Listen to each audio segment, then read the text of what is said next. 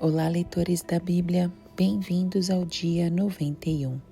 Eu sou a Tati Camargo, do Mulheres com Fé, e juntos estamos lendo a Bíblia por completo, com apenas 15 minutos por dia. Se você ainda não segue Mulheres com Fé @oficial, faça isso hoje mesmo e não se esqueça de se inscrever no nosso canal no YouTube. Hoje eu vou ler para vocês Juízes, capítulos 6 e 7. Mas antes, vamos fazer a nossa oração. Senhor Deus, muito obrigada pela Tua presença nas nossas vidas. Muito obrigada pela oportunidade de lermos a Tua palavra, de aprender mais de Ti, de Te conhecer mais através das Suas Escrituras. Que possamos conhecer algo novo de você hoje nessa leitura, como nós nunca soubéssemos antes. Que nós possamos Te amar mais e mais, amar as pessoas que o Senhor colocar em nosso caminho e continue nos dando sabedoria, conhecimento, compreensão. Abra os nossos olhos espirituais para ver a Tua palavra revelada para nós. Espírito Santo, nos ajude. Tire toda distração e possamos manter a persistência e o foco. Em nome de Jesus. Amém. Juízes capítulo 6. Gideão. De novo os israelitas fizeram o que o Senhor reprova, e durante 7 anos ele os entregou nas mãos dos midianitas. Os midianitas dominaram Israel, por isso os israelitas fizeram para si esconderijos nas montanhas, nas cavernas e nas fortalezas. Sempre que os israelitas faziam as suas plantações, os midianitas, os amalequitas e outros povos da região a leste deles as invadiam, acampavam na terra e destruíam as plantações ao longo de todo o caminho até Gaza, e não deixavam nada vivo em Israel, nem ovelhas, nem gado, nem jumentos. Eles subiam trazendo seus animais, as suas tendas, e vinham como enxames de gafanhotos. Era impossível contar os homens e os seus camelos. Invadiam a terra para devastá-la. Por causa de Midian, Israel empobreceu, tanto que os israelitas clamaram por socorro ao Senhor. Quando os israelitas clamaram ao Senhor por causa de Midian, ele lhes enviou um profeta que disse: Assim diz o Senhor, o Deus de Israel: Tirei vocês do Egito, da terra da escravidão. Eu os livrei do poder do Egito e das mãos de todos os seus opressores. Expulsei-os e dei a vocês a terra deles. E também disse a vocês: Eu sou o Senhor, o seu Deus. Não adorem os deuses dos amorreus, em cuja terra vivem, mas vocês não me deram ouvidos. Então o anjo do Senhor veio e sentou-se sobre a árvore de Ofra, que pertencia ao abiesrita Joás. Gideão, filho de Joás, estava malhando trigo num tanque de prensar uvas para escondê-lo dos midianitas. Então o anjo do Senhor apareceu a Gideão e lhe disse: O Senhor está com você, poderoso guerreiro. Ah, Senhor, Gideão respondeu: Se o Senhor está conosco, por que aconteceu tudo isso? Onde estão todas as suas maravilhas que os nossos pais nos contam quando dizem: Não foi o Senhor que nos tirou do Egito? Mas agora o Senhor nos abandonou e nos entregou nas mãos de Midian. O Senhor se voltou para ele e disse: Com a força que você tem, vá libertar Israel das mãos de Midian. Não sou eu quem o está enviando? Ah, Senhor, respondeu Gideão, como posso libertar Israel? Meu clã é menos importante de Manassés e eu sou o menor da minha família. Eu estarei com você, respondeu o Senhor, e você derrotará todos os midianitas, como se fossem um só homem. E Gideão prosseguiu: Se de fato posso contar com o teu favor, dá-me o sinal de que és tu que está falando comigo. Peço-te que não vás embora até que eu volte e traga minha oferta e a coloque diante de ti. E o Senhor respondeu: Esperarei até você voltar. Gideão foi para casa, preparou um cabrito e com a arroba de farinha fez pães sem fermento. Pôs a carne num cesto e o caldo numa panela. Trouxe-os para fora e ofereceu-os a ele sob a grande árvore. E o anjo de Deus lhe disse: apanhe a carne e os pães sem fermento, ponha sobre essa rocha e derrame o caldo. Gideão assim o fez. Com a ponta do cajado que estava em sua mão, o anjo do Senhor tocou a carne e os pães sem fermento. Fogo subiu da rocha, consumindo a carne e os pães, e o anjo do Senhor desapareceu.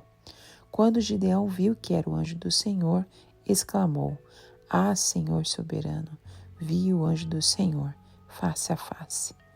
Disse-lhe, porém, o Senhor: paz seja com você, não tenha medo, você não morrerá. Gideão construiu ali um altar em honra ao Senhor e lhe deu este nome: o Senhor é paz. Até hoje o altar está em Ofra dos Abiesritas.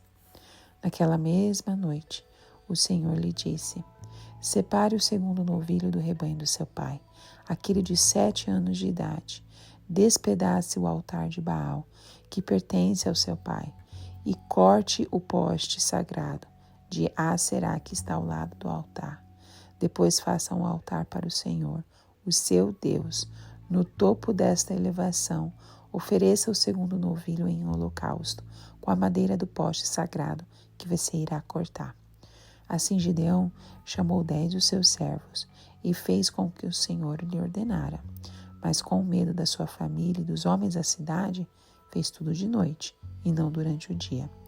De manhã, quando os homens da cidade se levantaram, lá estava demolido o altar de Baal, com o poste sagrado ao seu lado, cortado, e com o segundo novilho sacrificado no altar, recém-construído. Perguntaram uns aos outros: quem fez isso? Depois de investigar, concluíram: foi Gideão, filho de Joás. Os homens da cidade disseram a Joás: traga seu filho para fora. Ele deve morrer, pois derrubou o altar de Baal e quebrou o poste sagrado que ficava ao seu lado. Joás, porém, respondeu à multidão hostil que o cercava: vocês vão defender a causa de Baal? Estão tentando salvá-lo? Quem lutar por ele será morto pela manhã. Se Baal fosse realmente um deus, poderia defender-se quando derrubaram seu altar. Por isso, naquele dia, chamaram Gideão de Jerubaal, dizendo: que Baal dispute com ele, pois derrubou o seu altar. Nesse meio tempo, todos os midianitas, amalequitas e outros povos que vinham do leste uniram seus exércitos, atravessaram o Jordão e acamparam no vale de Jezreel. Então o Espírito do Senhor apoderou-se de Gideão. E ele, com toque de trombeta, convocou os abiesritas para segui-lo. Enviou mensageiros a todo Manassés, chamando-os às armas, e também a Azer, a Zebulon, a Naftali, que também subiram ao seu encontro. E Gideão disse a Deus: quero saber se vais libertar Israel por meu intermédio, como prometeste. Vê, coloquei uma porção de lã na eira. Se o orvalho molhar apenas a lã e todo o chão estiver seco, saberei que tu libertarás Israel por meu intermédio, como prometeste. E assim aconteceu. Gideão levantou-se bem cedo no dia seguinte, torceu a lã e encheu uma tigela de água do orvalho. Disse ainda Gideão a Deus: não se acenda a tua ira contra mim. Deixa-me fazer só mais um pedido. Permite-me fazer mais um teste com a lã. Desta vez, faze ficar seca a lã e o chão coberto de orvalho. E Deus assim fez naquela noite. Somente a lã estava seca. O chão estava todo coberto de orvalho. Juízes capítulo 7. A vitória de Gideão sobre os midianitas. De madrugada, Jerubaal, isto é, Gideão, e todo o seu exército acampou junto à fonte de Arode. O acampamento de Midian estava a norte deles, no vale, perto do monte Moré. E o Senhor disse a Gideão: Você tem gente demais para entregar Midian nas suas mãos, a fim de que Israel não se orgulhe contra mim, dizendo que a sua própria força o libertou. Anuncie, pois, ao povo que todo aquele que estiver tremendo de medo poderá ir embora do monte Gileade. Então 22.000 homens partiram e ficaram apenas 10.000. Mas o Senhor tornou a dizer a Gideão: Ainda há gente demais. Desça com eles à beira da água, e eu separarei os que ficarão com você. Se eu disser, este irá com você, ele irá. Mas se eu disser, este não irá com você, ele não irá. Assim Gideão levou os homens à beira da água. O Senhor lhe disse: Separe os que beberem água, lambendo como faz o cachorro, daqueles que se ajoelharem para beber. O número dos que lamberam a água, levando-a com as mãos à boca, foi de 300 homens. Todos os demais se ajoelharam para beber. O Senhor disse a Gideão: Com os 300 homens que lamberam a água, livrarei vocês, e entregarei os midianitas nas suas mãos. Mande para casa todos os outros homens. Gideão mandou os israelitas para suas tendas, mas reteve os 300. E estes ficaram com as suas provisões e as trombetas dos que partiram. O acampamento de Midian ficava abaixo deles, no vale. Naquela noite o Senhor disse a Gideão: Levante-se e desça ao acampamento, pois vou entregá-lo nas suas mãos. Se você está com medo de atacá-los, desça ao acampamento com o seu servo Pura e ouça o que estiverem dizendo. Depois disso você terá coragem para atacar. Então ele e o seu servo Pura desceram até os postos avançados do acampamento. Os midianitas, os amalequitas e todos os outros povos que vinham do leste haviam se instalado no vale. Eram numerosos como nuvens de gafanhotos. Assim como não se pôde contar a areia da praia, também não se podia contar os seus camelos. Gideão chegou bem no momento em que o homem estava contando o seu sonho a um amigo. Tive um sonho, dizia ele. Um pão de cevada vinha rolando dentro do acampamento midianita e atingiu a tenda com tanta força que ela tombou e se desmontou. Seu amigo respondeu: Não pode ser outra coisa senão a espada de Gideão, filho de Joás, o israelita. Deus entregou os midianitas e todo o acampamento nas mãos dele. Quando Gideão ouviu o sonho e a sua interpretação, adorou a Deus. Voltou para o acampamento de Israel e gritou: Levantem-se! O Senhor entregou o acampamento midianita nas mãos de vocês. Dividiu os 300 homens em 3 companhias e pôs nas mãos de todos eles trombetas e jarros vazios, com tochas dentro. E ele lhes disse: Observa-me, façam o que eu fizer. Quando eu chegar à extremidade do acampamento, façam o que eu fizer. Quando eu e todos os que estiverem comigo tocarmos as nossas trombetas ao redor do acampamento, toquem as suas e gritem: pelo Senhor e por Gideão. Gideão e os 100 homens que o acompanhavam chegaram aos postos avançados do acampamento pouco depois da meia-noite, assim que foram trocadas as sentinelas. Então tocaram as suas trombetas e quebraram os jarros que tinham nas mãos. As 3 companhias tocaram as trombetas e despedaçaram os jarros, empunhando as tochas com a mão esquerda e as trombetas com a mão direita, e gritaram: A espada pelo Senhor e por Gideão! Cada homem mantinha a sua posição em torno do acampamento, e todos os midianitas fugiam correndo e gritando. Quando as 300 trombetas soaram, o Senhor fez com que todo o acampamento, os homens se voltassem uns contra os outros com as suas espadas. Mas muitos fugiram para Betsita, na direção de Zererá, até a fronteira de Abel-Meloá, perto de Tabate. Os israelitas de Naphtali, de Azer e de todo Manassés foram convocados e perseguiram os midianitas. Gideão enviou mensageiro a todos os montes de Efraim, dizendo: desçam para atacar os midianitas e cerquem as águas do Jordão à frente deles até Bet-bara. Foram, pois, convocados todos os homens de Efraim, e eles ocuparam as águas do Jordão até Bet-bará. Eles prenderam 2 líderes midianitas, Oreb e Zeeb. Mataram Oreb na rocha de Oreb e Zeeb no tanque de prensar uvas de Zeeb.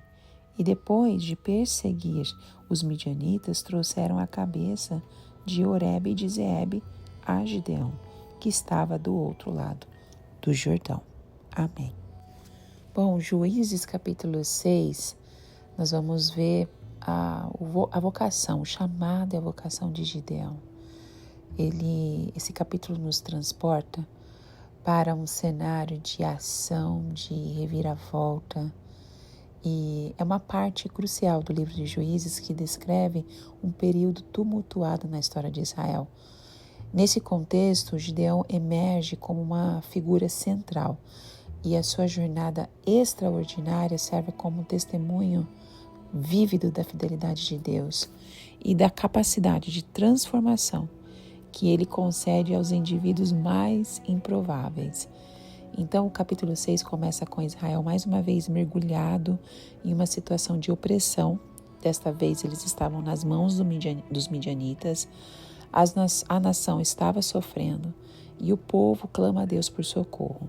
Então, é neste momento que o desespero que Gideão sentiu, um homem que era humilde, uma família não conhecida, podemos dizer que era insignificante, mas esse Gideão é chamado por Deus para libertar a Israel, para liderar a libertação de Israel. Gideão foi bem relutante inicialmente, mas mostrando a fraqueza humana, né? Mas Deus usa os instrumentos improváveis para cumprir os seus propósitos. Então, Juízes capítulo 6 nos ensina lições profundas sobre fé, obediência, confiança, independentemente das circunstâncias.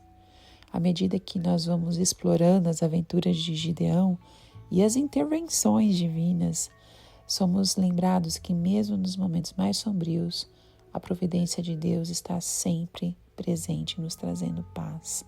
Eu gostei muito do versículo do Juízes 6, capítulo 24, que nos diz que o Senhor trouxe a paz. E por conta disso, o capítulo 7, ele segue nos contando como que foi essa orientação que Deus deu a Gideão. Então nós encontramos um dos episódios bem inspiradores, porque Deus conduz Gideão e seu exército à vitória de uma maneira bem surpreendente e também muito improvável. Então o capítulo começa com Gideão reunindo um grande exército de 32.000 homens para enfrentar os midianitas. No entanto, Deus tinha outros planos em mente. Ele instrui Gideão a reduzir drasticamente o tamanho do seu exército. Primeiro enviando para casa todos os que estavam com medo. Depois ele deu outra estratégia para Gideão fazer e assim diminuir mais o exército. E aí ele reduziu a 300 soldados. Essa decisão, aparentemente, que parecia insensata de Deus, tinha um propósito muito claro, mostrar que a vitória não dependia da força humana, mas da intervenção divina. E então Gideão e esses 300 homens derrotam um exército incontável de midianitas. E é uma lição para nós, poderosa, sobre fé, obediência e confiança em Deus. Amém? Olha, eu amei os capítulos 6 e 7 de Juízes. Muito inspiradores para mim, muito encorajadores. E eu espero que Deus tenha falado ao seu coração também. Te encontro no próximo áudio. Que Deus te abençoe. Tchau, tchau.